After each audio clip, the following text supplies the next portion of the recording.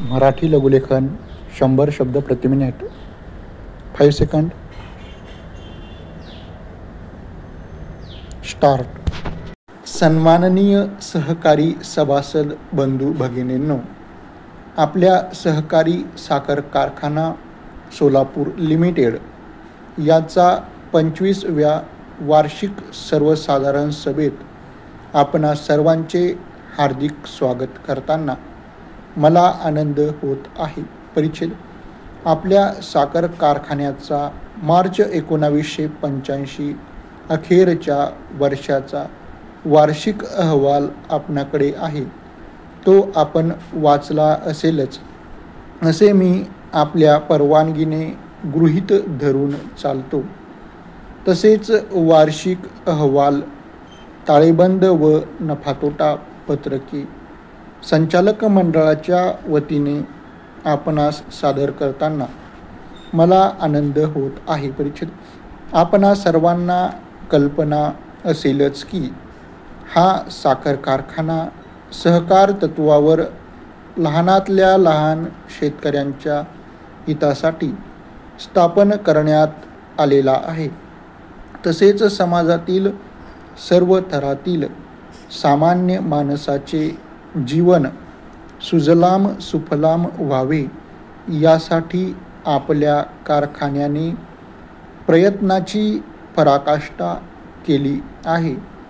तसेच कारखान्याच्या निरनिराळ्या माध्यमातून सर्व थरातील लोकांचे जीवन समृद्ध व्हावे, प्रगतिशील व्हावे व कृषी औद्योगिक नवसमाज निर्माण व्हावा व सहकारी चळवळ भक्कम, शक्तिशाली व ग्रामीण जनतेच्या उन्नतीचे व दुर्बल घटकाच्या कल्याणाचे, समाज परिवर्तनाचे कार्य करण्यासाठी स्थापन झालेला आहे. परिच्छेद.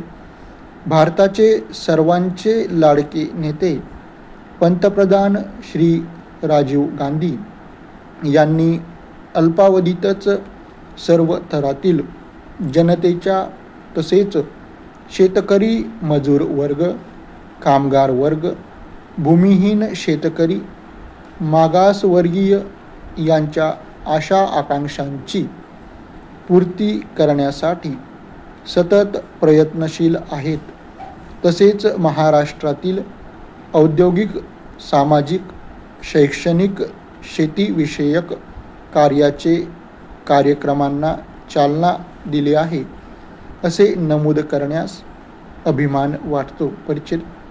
आपल्या कारखान्यातून पाझर तलाव, उपसा, जलसिंचन योजना इत्यादींसाठी सरकारकडे मंजुरीसाठी व ग्रामीण युवकांसाठी स्वयंरोजगार योजना, विद्युत पुरवठा, पाणी पुरवठा, ग्रामीण रस्ते सुधारणा, कुक्कुटपालन व शेतीवर अवलंबून असणारे लघु उद्योग व त्यांचा विकास इत्यादी विविध कल्याणकारी योजनेद्वारे परिश्रमाची पराकाष्ठा करीत आहेत. परिच्छेद.